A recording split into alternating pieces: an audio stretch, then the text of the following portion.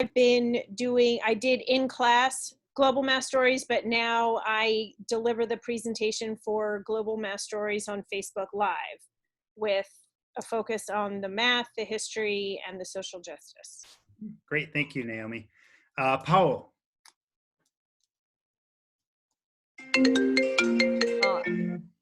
Hi, I am Powell. I live in Quito, in Ecuador. I'm working with the teachers here, helping them to teach while the pandemic and try to migrate to the virtual classes, especially helping them with the math component, but we are working on STEM, in the whole STEM components. And yeah, I'm the director of partnerships here, but I'm also working in programs. Mm-hmm. And Fatima is doing the Global Math Stories in Spanish once a month as well. And those are on our Facebook page as well. So that would be good for us. So Fatima and Christy can understand some Spanish. So you could just introduce yourself quickly in Spanish. Excelente. Hola, mi nombre es Fátima. Y como decía Chad, yo trabajo también con los Google Math Stores. También los doy en español. Soy coach aquí en Guatemala y me da mucho gusto estar acá en estos espacios y poder aprender con todos. Perfect. Y Alex, trabajo junto con Alex. Thank you. Perfect. So Arthur, can you just introduce yourself? I know most of our team knows you. I'm not sure if Naomi hasn't worked with you before though.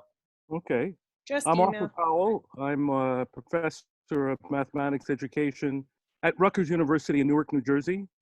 I'm also a board member of Teachers to Teachers and have worked with Paola in Ecuador, in the Galapagos Islands, when we were involved with a project with the Galapagos Conservancy, providing professional development to teachers of all grades, K through 12. I've worked with the upper elementary grades, and Paola worked with middle school and high school teachers. Mm-hmm. So I'm very happy to be here. Thank you, Arthur. Alex, I know you worked with her, I think, too, maybe at one of the conferences, or she met you, maybe. Oh, yes. Yeah, I met Arthur briefly at NCTM last year, I believe, exactly. Like with the big group that was, with Chad, you were there too. It was like that big group. Yeah, so really excited to have, it's always nice to see like the new faces in the groups too, just to like get a sense of the other perspectives that we can learn from. But yeah, just like briefly, my name is Alex. I'm from the States, but I'm based in Guatemala. I work really close with Fatima on our education programs here, but more recently have been working a lot more with Powell and the rest of our team that isn't in Guatemala, which is just, I guess, perks of COVID. There are some, that's one. So yeah, I run the education programs here on the ground, and have been working for T2T for like 2 years now. And yeah. That's awesome. Linda, can you hear us and can you introduce yourself? You're on mute Yeah, I'm good. I think most of you know me. I'm Linda Gojak. Yeah. Worked in the classroom for 28 years and then ran a math professional development center at John Carroll University. And I guess my latest claim to fame is I'm past president of the National Council of Teachers of Mathematics. And although I can't take much credit for Principles to Action, I put together the excellent team who can take credit for Principles to Actions, and especially the effective teaching practices. Mm-hmm. Yes, yeah, you take a lot of credit. Yeah, you get it in my book, at least. Hey, Jamal, are you able to introduce yourself? Can you hear us? And I'd love to hear you, get to meet you, see you a little bit. And you're welcome to participate if you have answers or whatever. Hello, everyone. My name is Jamal. I currently work as a math coach in Newark, New Jersey. And I'm here because I got an invitation from Dr. Powell. I took a course with him for on the conceptual understanding of fractions with Cuisenaire rods. Mm-hmm. This is my 4th year in education, and I'm just here to learn more. Great. Thank you, Jamal. Yeah, feel free to participate because we need the voices. So let's get started. And in fact, the first question I have is why ask purposeful questions, because man, they seem like it's hard to do it right. What do you think?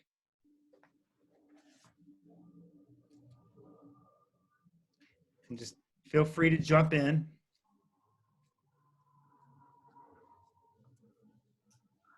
Okay, I'll Alex, go, and then Paul. Good.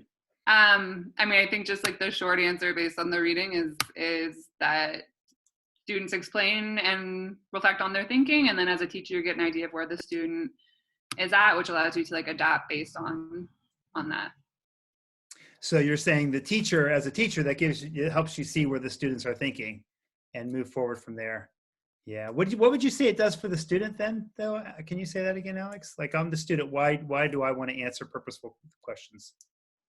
Well, I think for the student, it's that they're explaining their thinking, and in that process of explaining it, if the teacher is questioning in an effective way, I guess the student has to sort of reflect on why are they thinking that and how are they thinking, and so that process is part of the benefit for both. Mm-hmm. What were you going to say, Paul? Well, it was quite the same, but I was about to say that a great question is a great start. Always a great start. Mm-hmm. Yeah. It certainly slows the class down, what you cover, but is that worth it?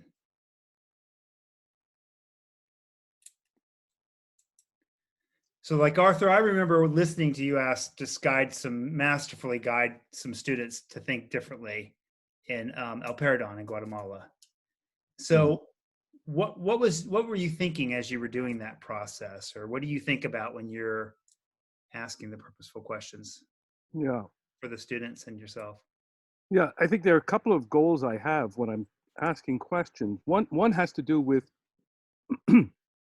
trying to understand what the student is thinking, how they're thinking about a problem, where their attention is. That is, on what portion of the problem are they attending to at that moment? And by asking them questions about what they're noticing or what they're wondering about, they get to rehearse in their own mind what they think is going on in the problem or in how they're going about solving the problem. And it kind of provides for them maybe an opportunity to think about their own thinking. Mm-hmm. So what if they're thinking about the wrong part of the problem, like just completely off? Because then I would be tempted to sort of funnel them using the language in this text. Mm-hmm. How do you approach that? Or first of all, let's other people. So what do y'all think? Like I'm working with a student who's just completely off base. What are your thinking? How do you work with them to guide them back to that spot? I would, in my experience with kids who aren't getting it, if I let them kind of go off the track a bit and then kind of keep a rein on how far off they go, sometimes they'll realize where they went off and then self-correct. And that's more meaningful because then they're applying it, and I mean, you don't want them to go like totally off the rails, but if you let them struggle a bit, then they can find their way back, and then it's more meaningful, at least my interactions. Mm-hmm. I think there's also some power in modeling high leverage questioning strategies for students so that they can mirror those with each other. I mean, it takes more time and they're not going to have the same goals in mind that we have. But when a kid starts to get off track, then it's not always my job to drive them back to the track. It can be the other students in the classroom thinking about and asking questions to the student in a respectful, you've done all the work with that in your classroom, but in a respectful way to get to the mathematics. So they sometimes having questions from their peers too also, I don't want to say softens the thinking, but allows that peer mathematical discourse type thinking that we want to see between students. Yeah, well, that leads to the next question really nicely. And that's sort of, what does the teacher need to know to ask meaningful, purposeful questions? What does the student need to bring to the class to ask those questions? And then the follow-up is that present with the students and teachers you're working with in Guatemala and Ecuador? So what kinds of things do you think? Let's look at the student first. Let's look at the teacher first. What does a teacher need to bring if I'm teaching a lesson in order to ask purposeful questions about it? Sorry to hog the conversation for a second here, but like I'm super hung up on mathematical goals. So I need to know what my mathematical goal is in order to ask purposeful questions. If I don't know where I want us to be by the end of our lesson or the end of the week, it's really tough to ask questions that are going to get us there.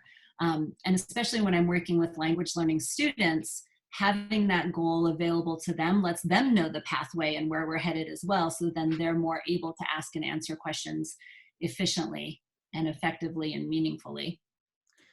Okay, that's good. So that's one of the practices too, is to have this sort of an idea of where you are in the curriculum, what do I want them to know, and where do I want them to go. What about the concepts does a teacher need to know? I have something here.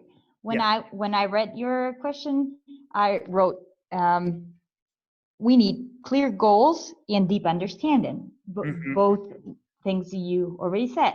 But then make me think, when we were in this kind of discussion in a learning lab in past week, one teacher from Ecuador said, well, I disagree with what you're saying, because I don't think you need to have a really deep understanding of the math. And I was kind of surprised, because the teacher that was saying that was really a good mathematician.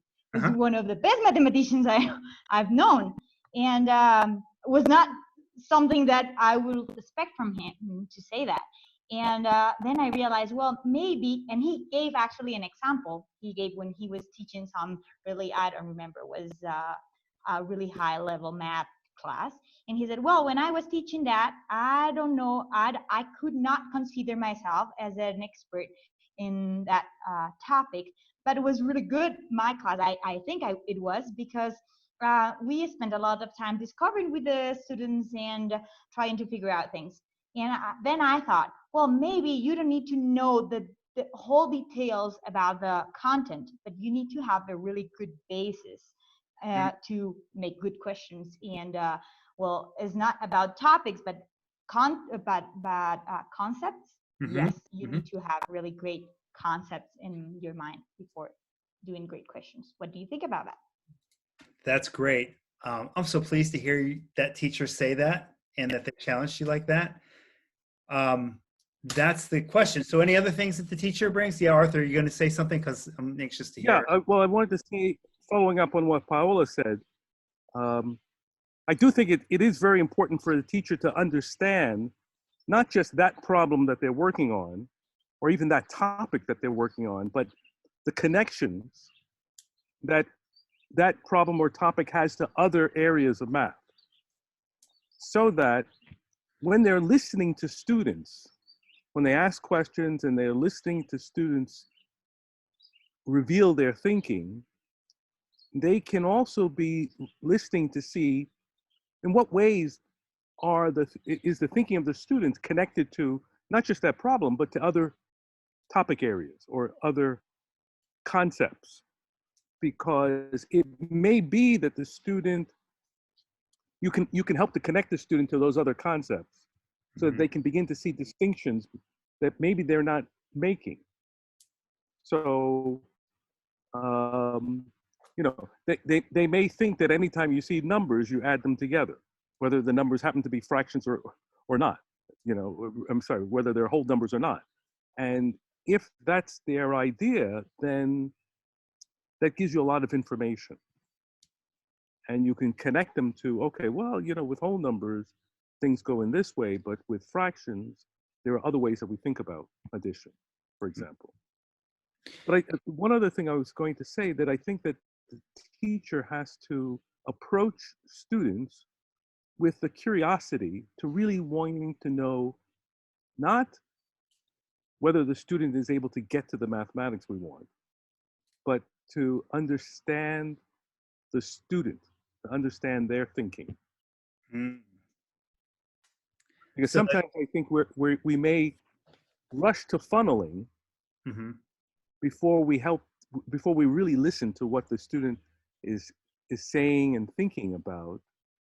And in a sense, we have to put ourselves in their minds. We have to think like they're thinking in order for us to find how do we connect them to the things that we want them to learn. Arthur, in my mind, everything that you're saying, in the way I look at it, is I refer to it as being able to make a pivot. So that if you have that bank of solid information and then understanding of the students, if someone's going in a different direction or doesn't, you're able to pivot quickly to address. And to me, that's what I interpreted what you were saying, and I always use the term pivot. Uh-huh. Yeah. Nice, Go ahead, Arthur. I was just going to say that's a nice term. Yeah, I like that term. And Naomi, I was actually, not to put you on the spot, but I'm going to, because I know that I've put you in some pretty tough situations as a teacher mathematically. Naomi's history Yes. is a science teacher. So she's sometimes teaching concepts she doesn't understand. Well, you do understand, but you're building them as we are going through. And it reminds me of Arthur, the teacher we saw who thought every angle starts from sort of a plane that's a line parallel to the ground. Right. And so how does that teacher ask purposeful questions? And so Naomi, I'm going to ask you, how do you ask purposeful questions when you're still trying to figure out the math yourself? I go back to when I break it down, and just as you have influenced me, where I say, well, explain to me like I have no idea what you're talking about. And so then we just kind of build that foundation, and there are times where the students will clue me in. Like, I act like I'm not surprised, but I was like, oh my God, yes, totally, now I get it. But, and I'm also not, I don't mind telling the kids that I don't know the answers and I don't know. And then I say, well, let's figure it out together. Or two, there was one problem where there were two kids and they both wrote the same thing, but in different ways. And one was more technically correct with the symbols. And I told the two of them, back to what Christy was saying, I said, well, one of you has it more accurate than the other one, but I'm not going to tell you which one. You two go back and talk and figure it out. And then they hashed it out. That's me, because I'm starting not with a bank of knowledge in math. Right. But you understand the pedagogy. And as an adult, you're thinking more deeply about the concept, so you could push to say, like, to not let the students take a shortcut. That's something I saw you do, Arthur, really well as well. And as a teacher, we want to help, right? What do you think the students need to bring? What experience do they need to have, or to be able to participate in this well?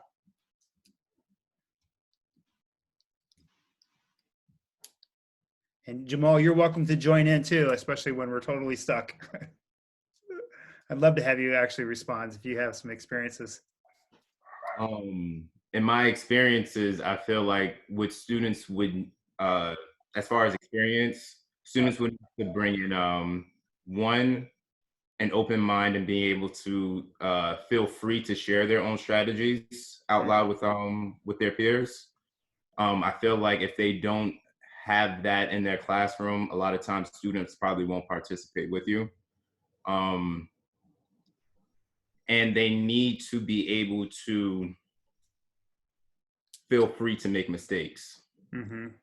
I feel like when these two things are present, you'll be able to ask purposeful questions to your students, because the students will be more inclined to participate with you, because now they're building a trusting relationship. They don't feel like they're about to be judged or laughed at because they're saying something that may not fall in line with what you're expecting. Mm-hmm. And that's part of setting up the classroom culture from the outset, Mm-hmm. is that this is, you know, mutual respect. This is the classroom culture. And when you set it up from the beginning, then you can only go up from there.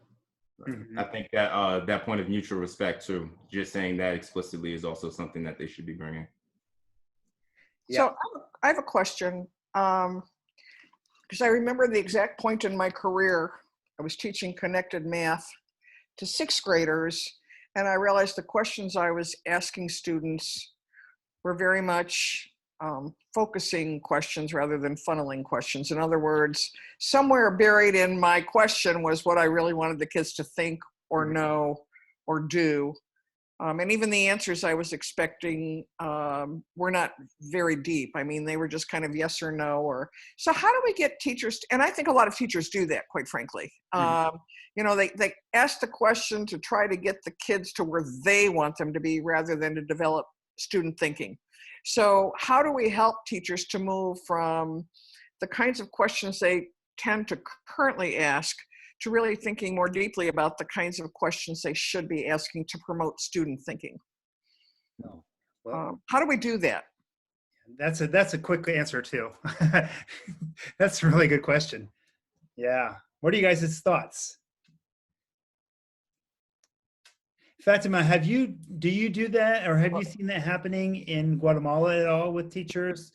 Or Fátima, la pregunta de Linda es ¿qué hacemos para motivar a los maestros a hacer ese cambio de las preguntas que son como muy específicas para ayudarles a llegar a un cierto punto? Y como que ir de eso a como hacer preguntas sobre como que preguntas que promueven el desarrollo del pensamiento del alumno. ¿Tiene sentido? Sí, te entendí, creo. Okay. Creo que lo primero sería como que uno como maestro escucharse a uno mismo y pensar si lo que yo estoy diciendo va a tener sentido. Pero So the first is that a teacher should be listening to what they're saying themselves and then thinking like, does this make sense? Like reflecting on what they're saying themselves. mm-hmm. Doesn't make sense. Porque nos pasó en Alta Verapaz que un maestro estaba explicando, pero todos los maestros se quedaron como, no entendemos qué estás diciendo. Entonces en automático fue como, eso pasa muchas veces dentro de nuestros salones de clases. So it's happened to us, like when we most recently went to Alta Verapaz, that a teacher was like explaining his answer, but all the other teachers were like, we don't understand what you're saying at all, like looking at him very confused. And that's what happens in a lot of our classrooms. Yes. Entonces la primera pregunta fue como, ¿qué haría usted entonces? ¿Cómo podría mejorar esto? Entonces, ¿qué es lo mismo que vamos a hacer con los niños? ¿Cómo vas a poder tú venir y todas tus ideas tratar de organizarlas?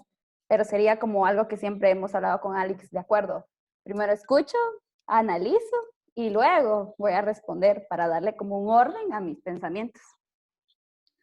So a big part of it has to do with like, how are you organizing your thoughts and what you're bringing to your classroom. And so what we talk about a lot is like, first I'm listening and observing, and then I'm analyzing it before I'm thinking about how am I gonna like bring this into my classroom. Because that first step of like reflecting is crucial to recognizing. In my head, it might make sense, but like maybe it won't for my students, right? Right. That's key. Yeah. You know, I mean, I've been trying to go. Yeah, I was going to say, I was setting you up. So your question was, how do and Linda's question, how do we move away from asking, helping teachers to move away from asking questions that are essentially yes or no questions? Right. Right. Or questions that almost include the answer in the question. They're questions that I always describe myself as the purpose of my questions was getting kids to think the way I was thinking. And it was really hard to Uh-huh. move away from that. Right. So it might be more than a yes or no question, although oftentimes it is. Yeah. But Yeah. just almost kids regurgitating what I wanted them to say rather than what they were really thinking. Yeah. So I think maybe one way to do that is to help teachers ask questions that are what or how questions. What or how? You're Can you give an asking, example? well, you're asking, you know, tell me how you came up with that answer. Uh-huh. Explain to me what strategy you used. So these are how and what questions, which naturally, I mean, I guess one could construe them in such a way that you're pushing towards something specifically. But usually when you ask a what or how question, it's rather open, and it leaves, it's prompting the individual to explain their thinking. Right. I Oh, have an idea too. go ahead, Paul, and then Allie. When we've tried that to move or helping teachers to move from traditional classes and to start making questions, what I've seen is that when they ask questions, even the question is really good, they need to stop to have the time or let the time to students to think. And most of the times, even they have great questions, they are really tempted to answer their own questions. So that one of the first things we have to work on is really helping them to breathe and to listen before saying. Like we've been playing with them sometimes when we were working with the teachers at the Galapagos. We were working with that, and was a kind of a game. Like you are not able to answer anything, just to train yourself. So if you want to help them, you have to do another question. You cannot say anything that will lead you to the like an answer. So that's one of the things. And what I also have seen when they are actually working at classes, when I'm looking to teachers on the classes, it's really hard to start doing this when they haven't done this before. So one I think is a great suggestion will be starting doing what great questions at office hours when you're just one-to-one, because it's easier to start asking great questions if you are starting, of course, because then the idea is to get that to the whole class. But Sure. it's easier to stop and listen before saying something when you don't have the pressure of maybe 30 people seeing at you and expecting, because the students are also expecting to you to answer because they are not used to. So they are also looking at you like, okay, if I'm just waiting a little bit more, then you will answer your own question. So I think that's a great way to. That's right. Students do train us. Allie, what were you going to say? Something very similar. I was going to say, if the question is, how do we get teachers to do this kind of questioning? I think it starts by modeling it in professional development. So in the workshops that they're receiving themselves, and then also taking the time to make the point of, or to make the connection that the reason that you were doing that was because XYZ. Verbalizing that. Allie, that's great. I've seen a lot of power too in videotaping teachers. I'll go to do professional development with teachers, and we're working on a topic, and I model the topic, and we make all the connections, and we're doing all the right stuff. And then we go in the classroom, and they say, let's say it's getting more kids to talk is the goal. And they'll say, yeah, I got more kids to talk. I got more kids to talk. And we'll debrief, and I'll say, I wonder how you could get more kids to talk. And then when I finally show them the video of their teaching, that's when the aha moment comes, and they go, oh, I talked all the time. The kids never talked. And I go, yeah. So having that, having a teacher that's open to that, and that takes a while and a lot of warming up and a lot of love from the coach. But once they're there, and then they're ready to reflect on those video pieces, and then they start making those connections from your professional development so much faster. It's really like one of those great aha moments that you get when you're teaching kids. And then when you get to have it with teachers, it's like the best. Yeah. Alex, were you going to say something? Yeah, it just made me think, like, the way that we question, it's something that like we've definitely seen a lot is, and it goes back to like the classroom culture, just like when teachers ask a question, it's also like, how do they respond to it? Because it's like the kids are looking for the approval, right? So if the teacher every time responds in a way that is like if they question a student's answer, the student thinks they're wrong, right? I feel like we see that all the time. It's like the assumption is, oh my gosh, I must be wrong, even though it's not. It's just explaining your answer. So I think that goes back to sort of, and I mentioned it in the reading a little bit, like what is the expectation? If the students are used to being asked to explain their thinking and that, then that falls into it, right? But if they're not, then when they're questioned, it's like, oh my gosh, like the way the teacher responded was that they don't think I'm doing it right. My answer must be wrong, you know? So I think we see that a lot where they just ask looking for like the response or the reaction of the teacher, which goes back to this sort of like approved, not approved, rather than focusing on the process of thinking. It's not just like the yes or no, right? So I think that's a teacher too, to like work on how do they respond to it and making it like normalize having them explain their thinking, right? Yeah, so it brings me back to Jamal's point, where the students have to trust the teacher and trust, I mean, the fancy word that should be on everyone's autocorrect is socio-mathematical norms. If your computer corrects that, so we know you're a mathematics educator.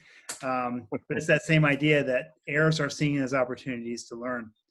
And I have to say, like when I listen to you guys, I go, okay, I want to follow up on that point. Wait a second, I need to follow up. So I love what you all are saying, because I'm like in my head trying to figure out which thing I want to say first. So that means a lot of good things are happening. Can I ask part of developing the social mathematical norms is the teacher needs to ask these how and what questions, even when the response from the student is correct. Nice. Because oftentimes, if we hear the correct answer, we then go on. And it's very useful for the person who has answered something correctly or has an interesting way of solving a problem to explain it so that other students can be aware of other strategies.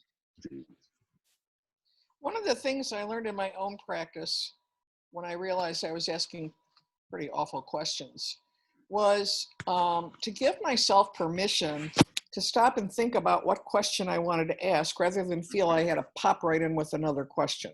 And I think so often we're limited on the amount of time that we have when we're teaching.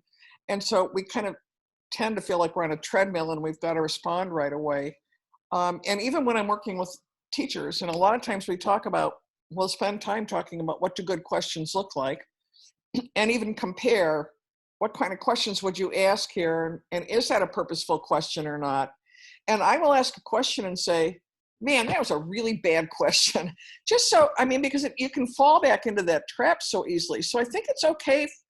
In fact, I think teachers should feel very comfortable taking time to think about what question do I want to ask next, and to be able to recognize when, well, that was not the question I really needed to be asking. I think that's how we learn to craft that practice of asking purposeful questions. Otherwise, it's very easy to fall back into the trap of just very focusing questions. So somebody had mentioned that business about taking a little bit more time, and teachers need to feel they have permission to do that. So how does that change the sort of overall, like I'd call it the gestalt of the teacher, the sort of the way the teacher is in the space? If they're taking time to listen, to plan their next question, how does that different from like a traditional, or even not even a traditional, but even a classroom that students are working in groups? But my reaction is to walk up to a group and go, what are you doing? Tell me what you're thinking. But that's different than what you're talking about, Linda. So what does the attitude of the teacher need to be for that to sort of be there? You guys know what I'm saying? How do we do that? Well, I'm not sure if I understand exactly what you're getting at, but I think one of the things, particularly when we're walking around going to small groups, we should really be careful not to pick up a pencil or a paper. Yes. Because what comes next is, us showing them how to do it. Mm-hmm. So ask your question, but keep your hands in your pocket. That's good. Chad, that goes back to the article. I don't know if you ever had a chance to share it with them, but never said anything a kid can say, which is one of the very first things. And boy, I was so guilty of that. And then I got to the point where if I wasn't carrying a pencil, I grabbed the kid's pencil. Yep. I finally had to walk around with my holding my hands behind my back. And make a very, I mean, we do things like that without even realizing it. So I think some of that is just being very conscious of what you're doing or what you're asking, or do I need to say anything right now? Or will I get more out of just listening to what the kids are talking about when I'm approaching a small group? So Arthur, I totally agree with you. Those are habits we all have to break. Yeah, we all do. Yeah. You know, the first time I heard that was from you, Linda, in Guayaquil. I don't know if you remember, but we were talking about that article in Guayaquil, in Colegio Menor. Yes. And I realized how guilty I am of that. So since that, every time I was in the class, I remember your words. And when I'm with my pencil, I remember you saying, well, when I was like that, when I was at class, I was tempted to use students' pencil. And now, then I realized I was with my student pencil. So Linda said that to me once. So it's really fun that you're saying that again. Yeah, I remember that. One thing that because I've struggled with this idea, and, you know, look, I'm a mathematician, so I love doing math. I'm also a teacher, and I care about other people and I want to help them. So it's so hard for me not to go, hey, let me just show you this really cool thing. And to quote Carol Malloy, yeah, stop showing, right? Or showing by asking. And so for me, if I go into a class and sort of erase my knowledge of that concept, that forces me to rebuild it with the students. What do you think of that idea?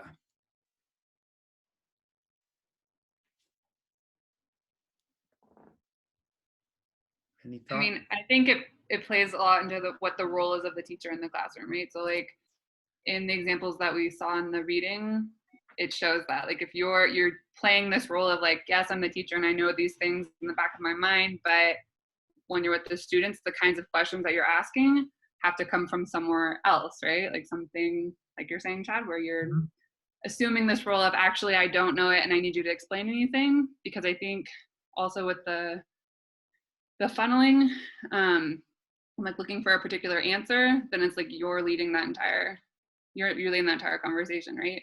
And it like kind of goes back to they're looking for your approval because you're the one that seems to know all of it, and so it's like completely directed at you, right? So I think that the teacher has to recognize what their role is, and if it's more of like a facilitator role rather than like I'm telling you how you should be thinking about this answer.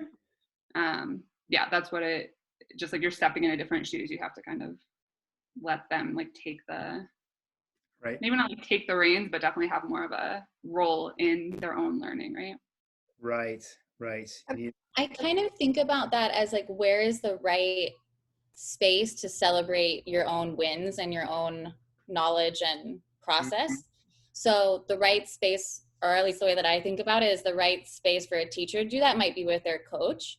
Whereas like when they're in the classroom with their students, they're focused on their students and celebrating that knowledge and that growth with them. But it's like a muscle that needs to be built because it requires patience to go back to that space with that coach to have that celebratory conversation about how much you know and how much you did. The other thing before I forget that I wanted to tie in is the more we have these conversations, the more I see how these effective teaching practices are so interrelated. Yep. When we're talking about posing purposeful questions, most of our conversation right now has been around the teacher posing purposeful questions. But if you go back to the rubric we talked about last time we had a meeting, a lot of it was about students asking questions too. And I remember at one point where one of the things that my kids would always say is, I don't get this. And I finally said, you have to tell me more about what you don't get. And I finally came up with, this is like Jeopardy. It has to be, I don't get this as a statement. It has to be in the form of a question. And then I had one kid who came up and said, I don't get this, can you help me? And I said, that's not the question I'm looking for. But I think also encouraging teachers to help kids ask questions to clarify their understanding. And I think sometimes we forget about the importance of that. Mm-hmm. Well, that leads to two questions, but to follow up on both those first, I remember the first time I taught a graduate course in my PhD program. You get reviews afterwards, and it was a mathematics course. It's my first effort to sort of do a student-centered lesson, really, and I was devastated by them because a lot of people said, "I don't think Chad really knows the math very well," and I was like, "Oh man." And so then I learned that I need to do this thing that Ali said. On the one hand, demonstrate in certain ways that I have the engine to do the math, but I'm not doing it intentionally. And so that required me to be very humble as a teacher to go, I'm celebrating the pedagogy that I'm doing in the classroom. That's my expertise now. It's not math. And you're the experts at the math. And I try to communicate that to them. So that was one thing. The other thing I'm thinking about is just time, because if we do the math, if I'm teaching 30 students and I want to have these kinds of deep, meaningful questions, discourse with 30 students in an hour's time, that means there's not much. I mean, just do it. Do the math. You can see how it's not working. So how does that happen? How do we have a class of 30 students, have meaningful, pose purposeful questions, have meaningful discourse, have the students build knowledge, have them reflect? How does that all happen? I can say a strategy that I've always used, and it's not math, it's science. It's anytime you have a group,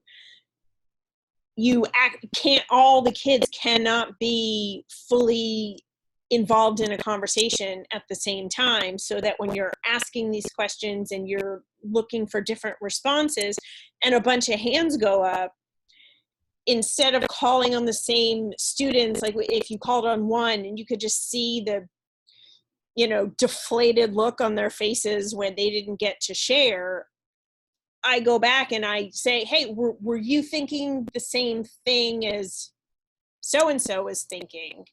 And if it was, then they're still engaged because they were recognized, or they can say, no, I was going to say something else. So it's a quick way to make sure that they're all kind of feel validated and part of the conversation. Mm-hmm. But not every single person has to go around saying the same exact thing. Mm-hmm. I think this has a lot to do with our instructional strategies. When do we ask students to turn and talk to each other before we call for whole group response? When do we have small group discussions where kids, you can pose a question and then each of the small groups has their own conversation about that question, and you're the fly on the wall, which is a great place to be in those conversations. And there's hundreds upon hundreds of instructional strategies you can use to facilitate more kids talking more of the time in a math classroom. You may not have that same control that you want to have, or that you like to have as a teacher, where you're directing the conversation, trying to get to those math generalizations, but it will be more meaningful and memorable to the students, and they will probably solidify those math generalizations even better. Mm-hmm. Arthur, were you going to say something? No. I want to ask, so first of all, one thing that I have found to be helpful is if I can get them, so first of all, it's going to be cooperative learning, right? So they have to talk to each other quite a bit. And then how do they learn to talk that way? What I have found is if I'm asking them to communicate with each other in the whole class discussions, so rather than telling me they're thinking, they should tell the whole class they're thinking. And I rarely am the one who sort of focus them. I will say, Sally, tell me what you just heard. And then she has to use her words, and sometimes they're wrong. And instead of saying, helping correct, I'll say, we need to ask the questions to help you understand what he just said. And I think those kinds of discussions can help each other to gain sort of an understanding of it. What do you guys think about that? So in Guatemala, in Ecuador, in Haiti, I think everywhere I've worked, I watch classes, and because I'm the guest coming in, the executive director at the time, and they'd go, I'm so upset because my classes aren't as focused as they should be. And Alex, I bet you could say this too. When you go to a class in Guatemala, you go, if this was the way a class was in the US, teachers would be jumping up and down because kids are so respectful and quiet and listen. But I think what these teachers want is students to be engaged.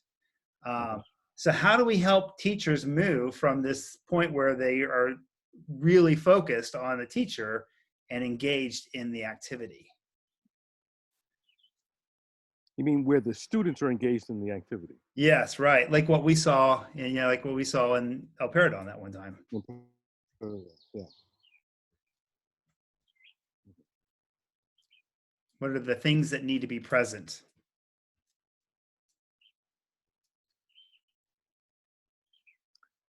Well, in a sense, the task that students are asked to work on has to be group worthy, has to be a task that's more than just procedural, right? Because you can ask students to sit together, but each of them will be working on the problem themselves, and they might check with each other to see if their neighbor arrived at the same answer they arrived at. But that's because the problems that they've been asked to work on are procedural problems. Right. Where at best the conversation will be about, well, what's the next step? But it's not conceptual. Right. And I think so the kind of problem that are offered to students to work on have to be ones which are open-ended, where there are multiple different ways in which the problem can be solved, that there's a low floor, that is, anyone sort of reading the problem can get to do something right around that problem, but that, it allows for novice and experts to solve the problems in different ways. So, but we have to engage teachers with those kinds of problems so that they get to see what are the possibilities for mathematical learning with these kinds of problems, and also help teachers feel comfortable with not knowing all of the different ways the problem can be solved. They should at least know a way, but be open to hearing students present other ways of solving the problem. Yeah, Linda, what were you going to say? I wanted to ask the group, where have you heard this before? Yes, right. Those of us who were here a few weeks ago. So does this resonate with anything we've talked about before? And all this takes practice. It takes, I just can't emphasize that enough. Teachers aren't going to jump in and know how to do this or be expert question askers or necessarily come up with these kinds of tasks. And kids aren't going to know immediately how to respond to those. So all of this, it takes practice on the part of the teacher. It takes practice on the part of getting kids ready to think about those things in different ways. We have focused kids so much on there's one right way to do it and you have to do it that way. And I think the fact that we're moving toward, when you look at these effective teaching practices, thinking differently about the pedagogy, but also that kids need time to react to our new expectations. And so do parents, by the way. So I just want to emphasize how all of these effective teaching practices tie together in so many ways. And our learning lab here, our study groups, have just really reinforced and emphasized that to me even more. Yes, I agree. It's very integrated. And I love your point about bringing more than just teachers and students in on this, because parents need to buy into it. So, but Linda and Powell and Arthur, I'm putting you guys on the spots because we were talking about this stuff in Galapagos, but then you saw the textbooks they have to use. Okay, so you guys just got through saying we need to use high demand tasks to help this happen. So what do we do when the teachers don't have high demand tasks? I know that's the case in Guatemala as well. So I'd love to hear from Arthur and Linda and Powell, and then maybe Fatima, you and Alex could talk about what you guys are doing to change that a little bit. So this definitely, as Linda's saying, has come up in like over and over again. And what was happening in a recent workshop that we had with teachers was the same challenge that you guys are mentioning, which is that even when you have a teacher that might be open to it, you do have the pressure of the parents who are then like, well, this isn't the way I learned, or the classroom is too loud, or, you know, just like seeing learning in that way as something that's really different. And so when we were working with some teachers that are in like a really rural area of Guatemala, like that was their concern after a workshop, like, this is nice, but how do I implement it in my classroom, right? And I think like, it reminds me, I think it was Linda who said it, but it's like, once you've seen a workshop with one particular subject, and it's like, that's nice, but also what do you do when you get to one that that's different? Like, how do you consistently create this and implement these ideas, I guess, so that they are used consistently, and it's not just like a one and done because this is what I saw and I can repeat it, but changing that entire thing is a little bit different. But we've had to like be very slow and like only go a little bit at a time, because that kind of change is seen as something very radical for the teachers, for the administration, for the community. And so like dividing a task like over the course of a week, for example, instead of having like an entire class that looks this one way, is something that we've worked on. It's a huge challenge though. It's a huge challenge because you do get a lot of pushback, and like the teachers do have to answer to other people besides T2T, right? So yeah, challenge. So I'd like to share two stories quickly. I remember when I first started teaching and our principal would come in to observe, because I know we've talked about administrators also. Alex, you brought this up. And our principal would come, and he was a wonderful principal, don't get me wrong, but he was very traditional, and he liked his building run just a certain way. And he would come in with this yellow tablet. And I remember more than one teacher saying he fell asleep in the back of my room while he was observing. So what do you think the kids were doing? But, when he came into my room, I had the kids just playing games. And I thought, I don't know if he's going to like this or not. And I invited him to participate. And at one point, he got down on the floor and was actually playing the games with a group of kids. And I'm not kidding. I had a group of teachers standing outside my door just in amazement, because they said, how did she do that? I didn't really do anything. I mean, the kids were just very involved, and getting them involved in games might be one way to get this started, where the kids are taking responsibility for their learning. The second quick story was, as I was working on improving my own questioning technique, I had a principal who was really very well versed in mathematics. In fact, he taught one mathematics class a day to 7th grade. And I would go in and watch him. He was just masterful. And he came in my room one day and he said, Mrs. So-and-so called, a parent, and said when her daughter came home one day, she was trying to help her with her homework. And the parents said, well, how did Miss Gojek show you how to do it? And the student said, she didn't, she just asked us a lot of questions. And I thought, I'm starting to nail this. And luckily the principal understood, what I was doing and how I was doing it. And he knew the math as well. But, those are things that, number one, it's a sign of kids getting engaged. And I'm actually glad the parent called and asked the principal, who then came down and talked to me, because I realized that I was asking a lot of questions, but I wasn't taking the time to really give kids a chance to use those questions to strengthen their own understanding. And so, again, all of this, we've said this the very first week, all of this takes a lot of time, and I think you have to move slowly. And I would also add that I don't think many of our textbooks in the United States are much better than the textbooks they use in Guatemala or Ecuador. Yep. Many schools still use very traditional show and tell kind of math programs. And so we have to help the teachers gain the confidence to, how can I take this lesson and make it more engaging for my kids? So I will shut up now. Those are good stories. Yeah. I was thinking what we were doing when working as T2T. because one of our goals is giving high quality math and working with teachers. But that's why we cannot get to a lot of schools, because we need to, since it takes a lot of time, and as everyone is saying, Alex said that, and Linda too, it takes a lot of time. But when we want to coach someone or help them to get to there, since we know it's gonna take some time, we need to do a lot of follow-up.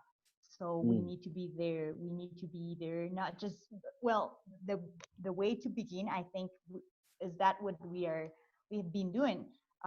First, giving them, the teachers, the experience, because they are gonna teach the same way they've been taught when they were kids. So it's all traditional. So to change the pattern, then they have to experience this first. So modeling is the first step, but it's not enough. So we need to be there. We need to be on their classroom, and doing something that Christy also said was recording or doing whatever of this kind of things help them to actually realize, because some of them are looking to these new modeling thing, and they are thinking, oh, I'm doing now the same. And when you are actually on the class, they are not doing that, but they think they are. So we need to be there helping them to get there, but also trying to get to the point where they can work alone, because otherwise they will depend on us. Mm-hmm. That's really key. Yeah, and something else, when another thing I was thinking when Arthur said low floor, and high ceiling, makes me think one of the best ways to engage students is to give them some, maybe someone can help me to translate this, experiencias de éxito. How do you say successful experiences would be, right? Yeah. Yes. So they can actually feel they are learning and feel these aha moments, so they can be in better places. So providing teachers and students, that will be really nice to start. Right. So you're talking, I mean, really, I hear you talking about helping the teachers, training the teachers and the students. I mean, students to be independent thinkers, to be confident thinkers. I do that with every one of my algebra classes, because I knew I was going to push them to think differently than ever before. So I do a task that I knew that they could do, but that was really open-ended. And we've done it. It was the field problem, Powell. Remember we did that in YQ as well. Jamal, what about in your school district? What are the textbooks like, and how do you help a teacher become sort of a good questioner if they're using pretty traditional activities? I just started as a math coach this past school year, and we use HMH, Harbord McLaughlin textbooks.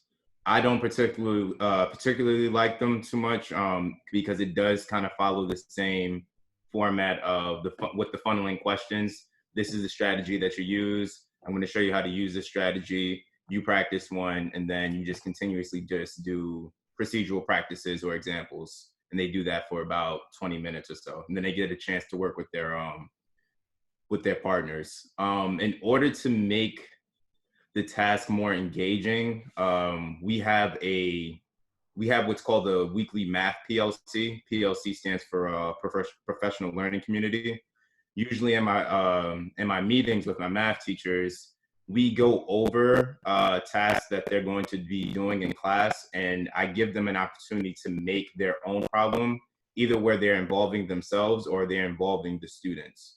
And it doesn't always have to be like a large lift.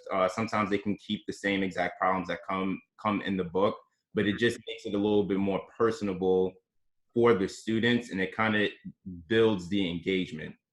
Some students still won't be as engaged, but a lot of the teachers did say that when they did that with the students had a little bit more fun with it, and I guess they took a little bit more responsibility for their own learning, or more accountability.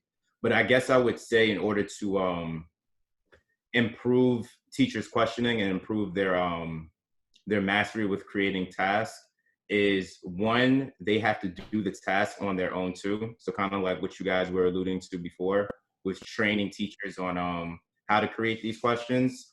Having them create the questions, having them complete the questions as if they're the student, so that way they can think about the different approaches, the different strategies, and the different errors or misconceptions that students may come across when working on them. Mm-hmm.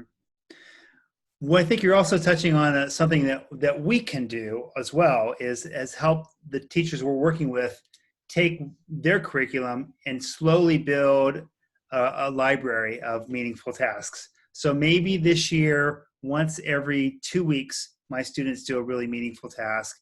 But 3 of my other colleagues are doing them too. So next year, we're going to do it 4 times every 2 weeks. And then, in the year from now, we'll do it 5 or 6, and we just quickly grow in that way. So I think that's something to think about. Mm-hmm. The other things that I tell the teachers I work with here in this area is, pick one unit or one topic that you really like and feel pretty comfortable with, and think about how you might want to change what's currently in the textbook. Don't try to change everything in 1 year. Think about one unit that you want to do a little differently.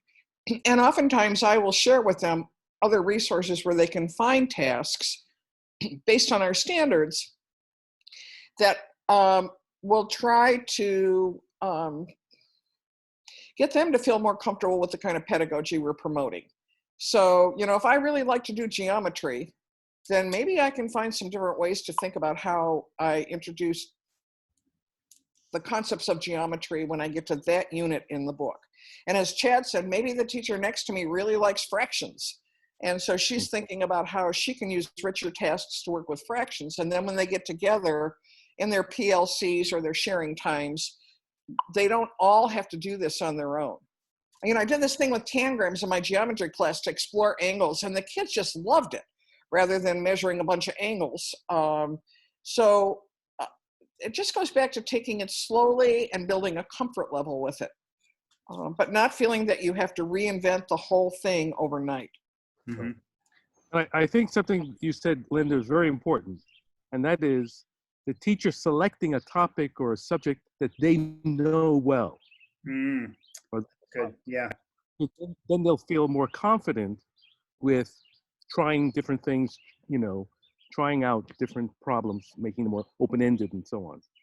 Mm-hmm. Some of the places we're working, from my experience, I think part of the first step is for teachers to trust each other and to see themselves as a team, as opposed to working individually in isolation.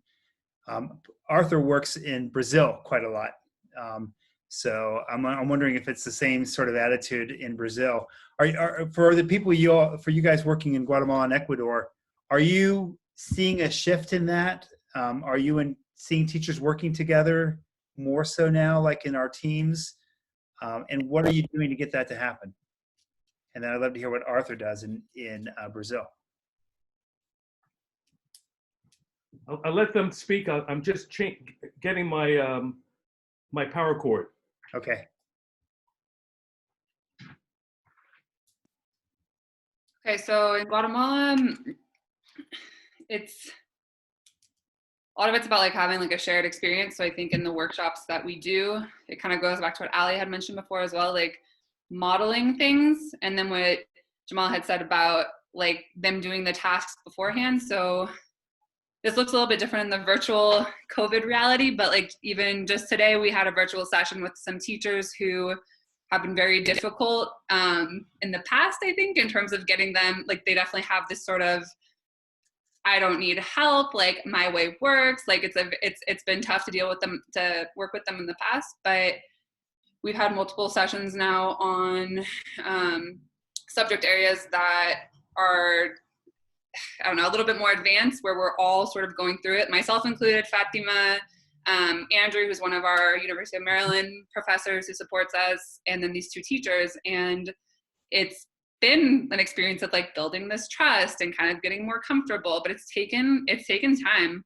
to do that. So I think it's sort of, again, I feel like this is like a broken record, but going back to the safe space, creating that safe space with a shared experience where we're all making mistakes and it's okay, instead of having to be like, I don't need your help, I know what I'm doing, right? Which has been like definitely a challenge for us in with various groups of teachers, right? So that would be like an example of something that I consider like heading towards success. There's a lot of work to do still, but I think the shared experience and like all of us participating together instead of it being like we're teaching you has really helped a lot.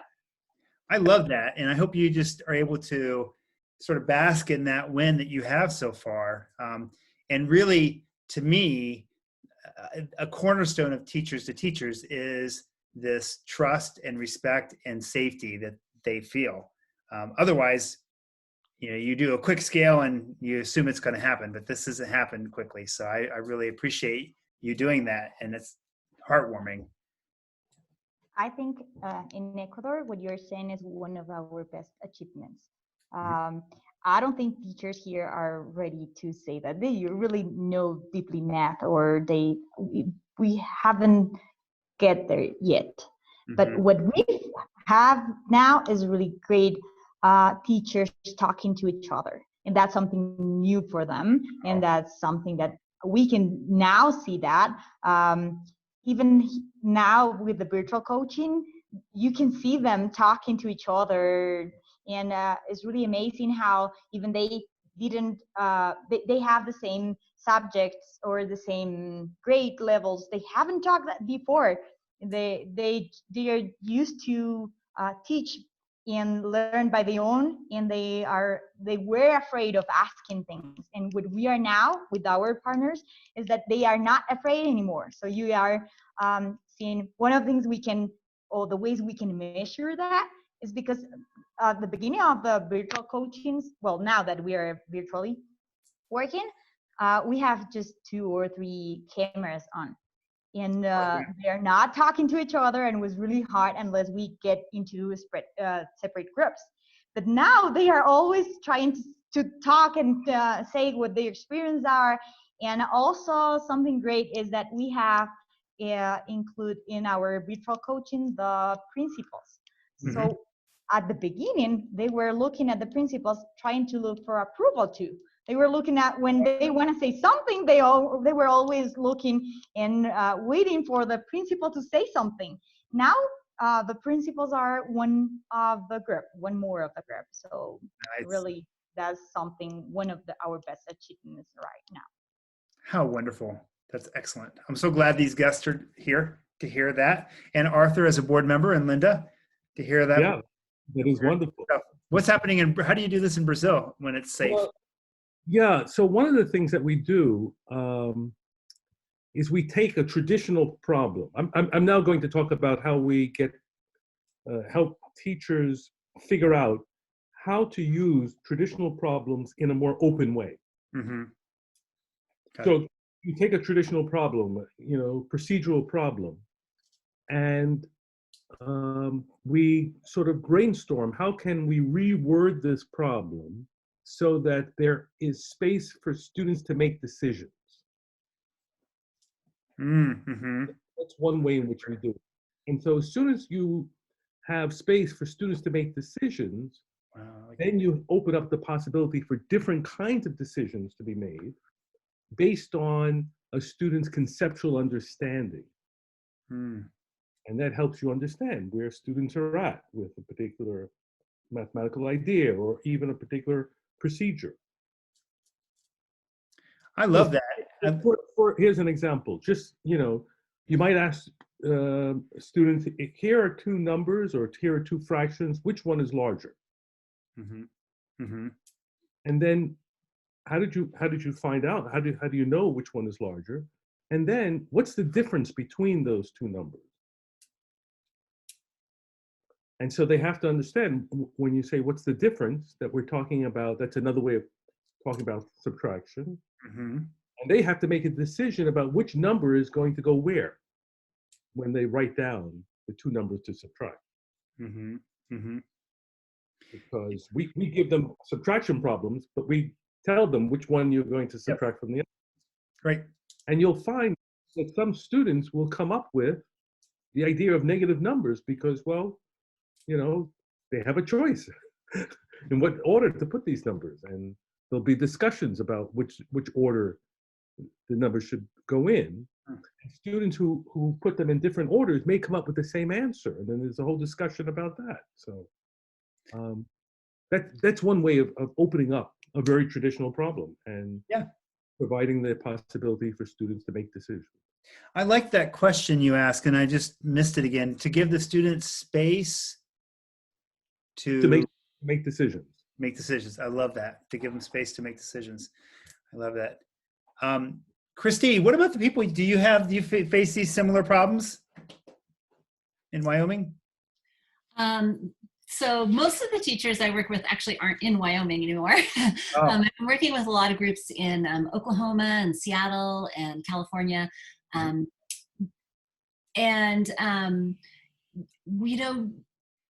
I would say they're on this tipping point, and you see this tipping point with kids when they're just ready to get the math, and if you ask just the right question, it's gonna happen. But they're right there. And I feel that way with a lot of my teachers. It takes a good year to build that relationship where they're willing to trust you and willing to let you videotape their classroom and willing to make changes. And once you get to that point, then you're at this tipping point where you can send them into thinking about, how do I take what I'm currently doing and make it more conceptual, or make it have great questions, or get more kids talking, or whatever the goal is, for that classroom or that teacher. But I think, a lot of it comes down to those relationships. Just like when we're building relationships with kids in classrooms, sometimes we can't get to the math until we have that relationship and that trust. Like Jamal was saying earlier, that trust is so important. And I love the space for kids to make decisions. But again, they have to have that relationship where they know that that decision is okay, and it's okay to throw out something that's maybe not correct, but it's their initial thought or their secondary thought, or wherever they are with it. So I'm thinking a lot about relationships when we've been talking. Yes. When I talk about the work that Teachers to Teachers does internationally, we say you have to have a space for kids to learn that's safe.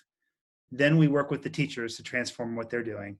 But if the students don't experience a transformation in the way they are students, not just what they know, but the way they are students, it's not going to work. We need them to be able to ask those questions and to understand that their job is to make mistakes. It's this thing that Jamal started everything off with, this trust, and understand that I'm supposed to make mistakes. People are going to respond to that, and I'm going to understand why that mistake was a mistake, or what maybe I was wrong. I don't know. We'll see. So that's really, really critical. I was going to add, and maybe all of you might have an answer to this or a way to go about it, but one of the things I really struggle with is I hear from teachers, well, I learned math this way, very procedurally, and I'm okay. I'm doing great. I've got it. And they're like, why fix something that's not broken kind of mentality. And I try to do the aha. Do you remember when you conceptually understood something and it was so much more clear, and you were able to wrap your head around it in a much deeper way? But I still have a lot of teachers that are in that position where I learned it this way. I'm doing fine. No reason to change. Anybody have any ideas around that? Yes, we do. Oh, it's our question. Yeah. Alex, what's the answer? We don't literally that exact question. That's so funny, Christy. That's the exact question that we put on the Spanish PLC form for yesterday. It's right up that. So I'm just, it's a great question. No, I would like to hear the answers that have that the rest of the group. Okay. Jamal, what would you do if a teacher said that to you? Wait. I'm sorry. Can you repeat the question one more time? Do you want to repeat it, Christy, in your words, so that? Sure. So a lot of the teachers I work with will say things like, I learned math this way. It's working. I should teach math this way as well. They don't see a need to teach conceptually over procedurally, even after you highlight, remember when you got it and there was this conceptual understanding that took you deeper. They just really are stuck in this pedagogy of, that's the way I learned it. It's all good.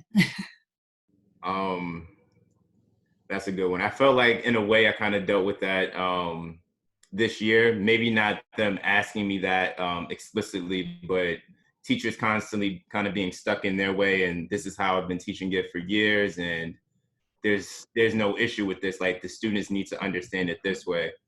I think that teachers will participate with you when they see that whatever you're suggesting is going to be effective and is going to make their jobs a lot easier. And this is also something that we worked with in PLCs. So again, having the teachers complete the task. And a lot of times I would ask them, okay, I know that this is the way that you know how to do it, but now try and think of a different strategy. Or think about when you were in class, how do you think your student would approach it? And then try and solve it that way. This started to open up the teacher's mind a little bit more to the possibilities of what are the strategies that the kids are going to use and how can I make this connection for them? Because unfortunately, too, teachers do get evaluated by state assessments. So teachers want to play it safe by teaching the way that they know the kids will need to be successful on that assessment. But at the same time, to also bring more success to the student, if you build that connection of how the student approaches it and how the curriculum is requiring you to teach it, make that connection for them so that they can deeply understand it. That's what I would suggest to the teacher, so that they're a little bit more open to learning it a different way. It's not necessarily for them, it's really more so for the students so that they have a better understanding. Yeah. And I would add to what Jamal just said, oftentimes the teachers think if I do it this way, my kids will do fine on the assessment, but the kids don't. Right. It So ends up not working anyway.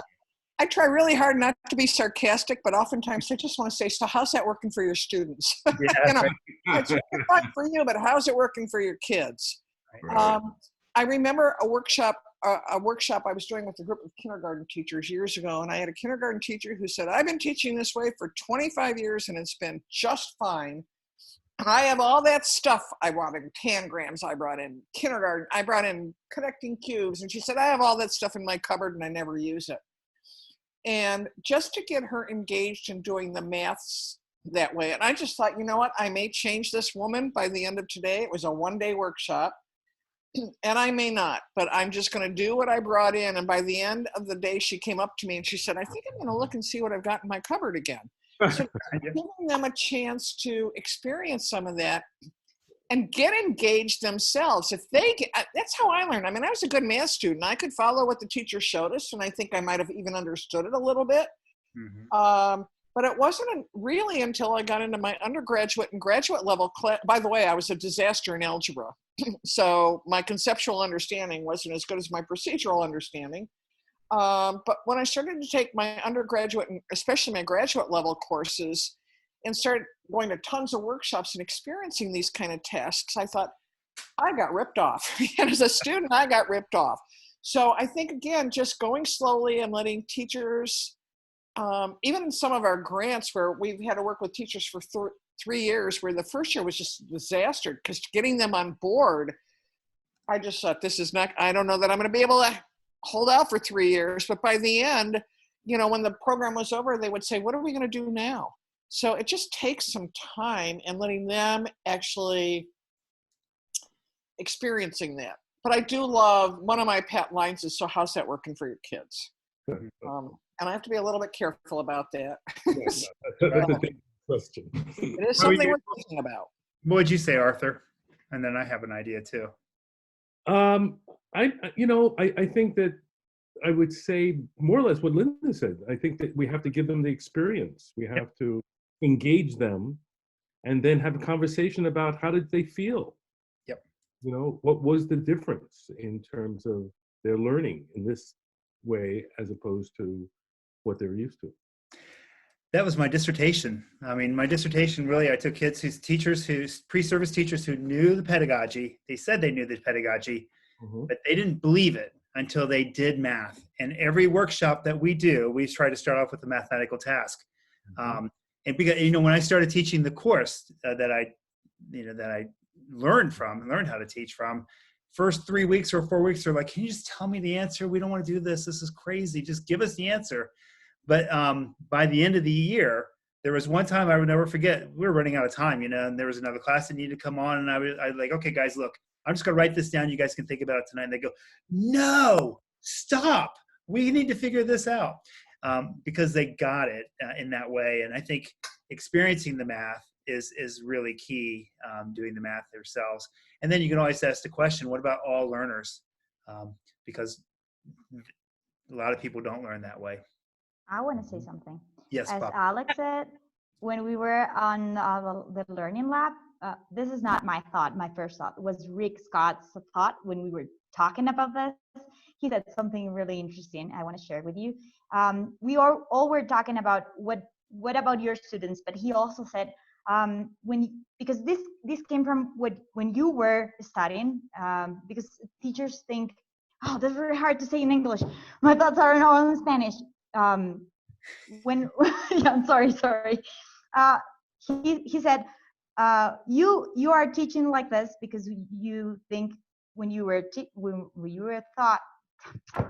I'm gonna say this in Spanish, and Alex, please help me. Okay, thank you. Yeah. Okay.